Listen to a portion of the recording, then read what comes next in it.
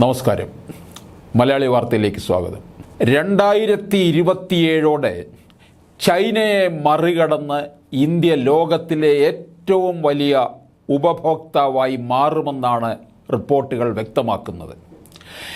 ഈ സാഹചര്യത്തിൽ കൂടുതൽ രാജ്യങ്ങളുമായി എണ്ണ വ്യാപാരം ശക്തമാക്കാനും ഇന്ത്യക്ക് നീക്കമുണ്ട്. റഷ്യ, സൗദി അറേബ്യ, ഇറാഖ് തുടങ്ങിയ രാജ്യങ്ങളാണ് ഇന്ത്യയുടെ പ്രധാന എണ്ണ ഇറക്കുമതിക്കാർ. ഉക്രൈൻ യുദ്ധത്തിൻ്റെ പശ്ചാത്തലത്തിലാണ് റഷ്യ ഇന്ത്യയിലെ പ്രധാന കളിക്കാരായി മാറുന്നത്. അമേരിക്ക ഉപരോധം നീക്കിയതോടെ വെനിസ്വേലയിൽ നിന്നും ഇന്ത്യ കൂടുതൽ ക്രൂഡ് ഓയിൽ ഇറക്കുമതി ചെയ്യാനുള്ള നീക്കത്തിലാണ്. അമേരിക്കൻ ഉപരോധത്തിനു മുമ്പ് ഇന്ത്യയിലേക്ക് വലിയ തോതിൽ എണ്ണ ഇറക്കുമതി ചെയ്തിരുന്ന രാജ്യമായിരുന്നു വെനിസ്വേല. ഇപ്പോഴിതാ മറ്റൊരു തെക്കേ അമേരിക്കൻ രാജ്യമായ ഗയാനയിൽ നിന്നും കൂടുതൽ ക്രൂഡ് ഓയിൽ ഇറക്കുമതി ചെയ്യാനുള്ള നീക്കത്തിലാണ് ഇന്ത്യ.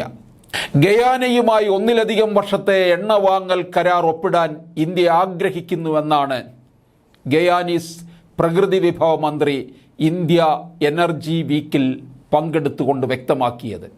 ഊർജ മേഖലയിലെ സഹകരണത്തിനായി ഈ മാസം ആദ്യം ഗയാനയുമായി 5 വർഷത്തെ ധാരണാപത്രം ഒപ്പുവെക്കുന്നതിന് ഇന്ത്യ അംഗീകാരം നൽകിയിരുന്നു.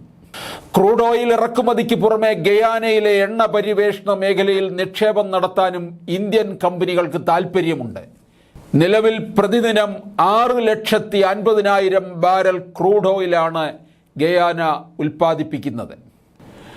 ഹൈഡ്രോ കാർബൺ മേഖലയിലെ സഹകരണത്തിന് ഇന്ത്യൻ ഗവൺമെന്റിന്റെ പെട്രോളിയം പ്രകൃതിവാതക മന്ത്രാലയവും ഗയാന റിപ്പബ്ലിക്കിന്റെ പ്രകൃതി വിഭവ മന്ത്രാലയവും തമ്മിൽ ഈ വർഷം ആദ്യമായിരുന്നു ധാരണാപത്രം ഒപ്പിട്ടത്.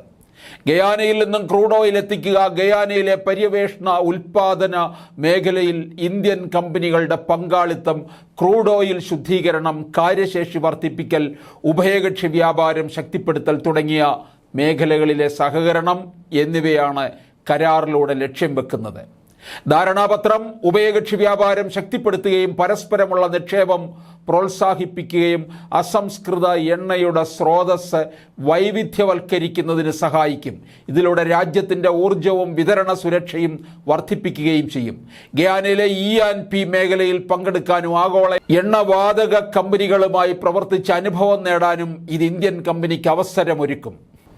സമീപകാലത്ത് ലോകത്തിലെ ഏറ്റവും പുതിയ എണ്ണ ഉൽപ്പാദകരായി മാറുന്ന ഗയാന കൂടി ഇന്ത്യയിലേക്ക് എണ്ണ ഇറക്കുമതി ചെയ്യുന്നതോടെ പരമ്പരാഗത ഇറക്കുമതിക്കാരായ സൗദിക്കും ഇറാഖിനും അത് വലിയ തിരിച്ചടിയായി മാറും. റഷ്യ വന്നതോടെ ഈ രാജ്യങ്ങളുടെ വിഹിതത്തിൽ വലിയ ഇടിവ് നേരിടേണ്ടി വന്നിരുന്നു. ഗയാനയിൽ പുതുതായി കണ്ടെത്തിയ 11.2 ബില്യൺ ബാരൽ എണ്ണ മൊത്തം ആഗോള എണ്ണ പ്രകൃതിവാതകത്തിൻ്റെ 18%, കണ്ടെത്തിയ എണ്ണയുടെ 32% തുല്യമാണ്.